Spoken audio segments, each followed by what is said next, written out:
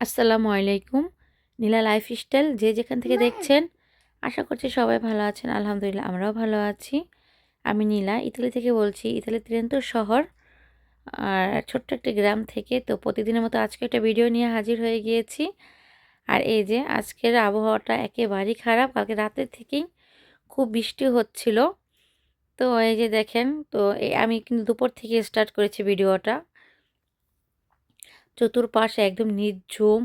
আর ইতালিতে আল্লাহই জানে কি ভাইরাস চলতেছে। তো আচ্ছা যাই হোক, ফার্স্ট টাইম একটা কথা বলি, দেখালাম তখনই দেখছেন ঘোড়াকে ওরা কি পোশাক পরিয়েছে। তো আম, ঘোড়ার তো শীত আছে সেটাই আর কি, সেজন্য পোশাকটা পরানো হয়েছে হয়তো বা। আর উম, আর তেমন কিন্তু শীত না আগের মতন। এবার কিন্তু একটু অন্যরকমই, কিন্তু শীত কম। কিন্তু সবারই ঘরে ঘরে সমস্যা অনেক, জ্বর ঠান্ডা। একটু ব্যতিক্রমী এই জ্বর ঠান্ডাটা। তো বাইরেও যাওয়া হয় না। তো একটু গিয়েছিলাম আপনার সাথে আর কি, সাথে শেয়ার করার জন্য যে আবহাওয়াটা কেমন, আর আমার কাছেও ভালো লাগছিল সেই জন্য। তো দেখলাম আবহাওয়াটা একদম থমথমে অবস্থা। আর হচ্ছে ধরেন কি বলে ওইটা, ওই যে রেস্টুরেন্টও নাকি সবাই অর্ডার করছে দিনে, কিন্তু পরে আবার নাকি না করে দিচ্ছে, কারণ সবাই প্রায় সবাই খুবই করোনার মতনই প্রায় একটু অবস্থা এরকম। আর জ্বর ঠান্ডাটা এত খারাপ, আপনার একেবারে সহজে যাবে না। আর ক্লান্ত বানায় ফেলে, হাত পা ব্যথা, দুর্বল বানিয়ে ফেলবে এরকম। আর এই যে এখানে খারাপ লাগছিল, তো আমরা ফল ফাকড়ি নিয়ে আসছিল, কিনে আনারস নিয়ে আসছিল। তো ওই যে বাঙালি যেহেতু আমরা একটু ভয়ই পাই আনারস আর দুধ একসাথে খেতে। তো আনারস খাচ্ছিলাম, দেখি দুধটা খাওয়াতে পারছিলাম না আব্দুল্লাহকে। পেট ভরে খায় না, তারপর যতটুকুই খায় ততটুকু তো মনে করেন একটা ভয় থাকে। আনারস খাওয়ার পর দুধ, তো এই দুধগুলো কী করবো, আজকে হলো ডেট চলে যাবে। সেই জন্য আজকে আমি ভাবলাম যে ডেট যাওয়ার আগে একটু পায়েস রান্না করে, যেহেতু খেজুরের মিঠাই আছে বাসায়, তো ওই দুধটা দিয়ে একটু পায়েস রান্না করে নিলাম। সব কিছু দিয়ে সুন্দর করে, তারপর পরে মিঠাইটা দিয়েছি, এই যে দেখেন। আর একবারে গলে যাবে ওরকম ভালো লাগে না, ওরকম ভালো লাগে না আমার কাছে, যে এরকম একটু আস্তে আস্তে আনামানাম থাকবে। তো এটা বিশেষ করে ঠান্ডা হলে বেশি মজা লাগে। আর মিঠাই দিয়ে তো কথাই নেই, খুবই টেস্ট। কিশমিশও দিয়েছিলাম। এই যে খুবই সিম্পলভাবে রান্না করেছি, দেখতেই পাচ্ছেন। খুবই ভালো হয়েছে। এখন ছেলেকে একটু খাওয়াবো, নিজে খাবো, খেলে খাবে না খেলে নেই, আমিই খাবো। তো কেমন হয়েছে অবশ্যই জানাবেন। কি খাচ্ছে তুমি? কিন্ডার জয় তোমার অনেক পছন্দ? এ তাকাও এখানে,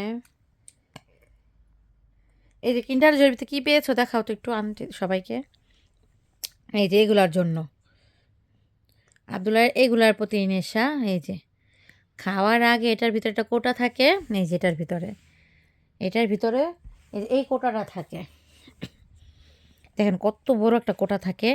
আর এটার ভিতরে ভাঁজ ভাঁজ করা এই যে পুতুলগুলা থাকে, এই যে খোলা খোলা থাকে। এটা একটা লাভ, এটা আলগা ছিল, আমি লাগিয়ে দিলাম। আর আর হলো এই যে হাতের এই ভেস্টটা ছিল না, এটা হাতে পড়বে। ঠিক কীভাবে লাগাবে আমি তোমাকে লাগিয়ে দিয়েছিলাম না, এই যেভাবে এটা এটার ভিতরে দিয়ে দিবেন, লেগে যাবে। কিচ্ছু খায় না। কি খাইছো সারাদিনে?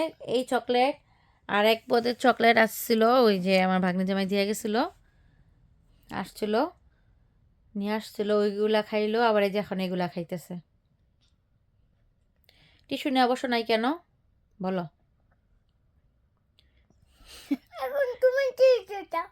আমি দিব? আচ্ছা, বুঝছো।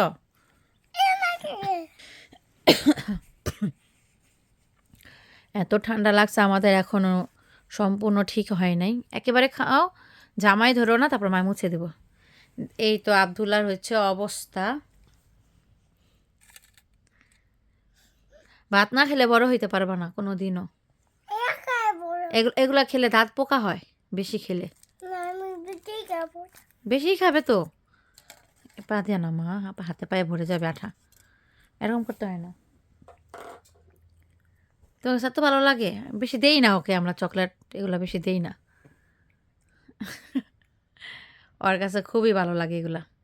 আচ্ছা সবাইকে আল্লাহ হাফেজ বলে দাও তো। সবাইকে বলো আমাদের জন্য দোয়া করবেন। বলো, বলো না।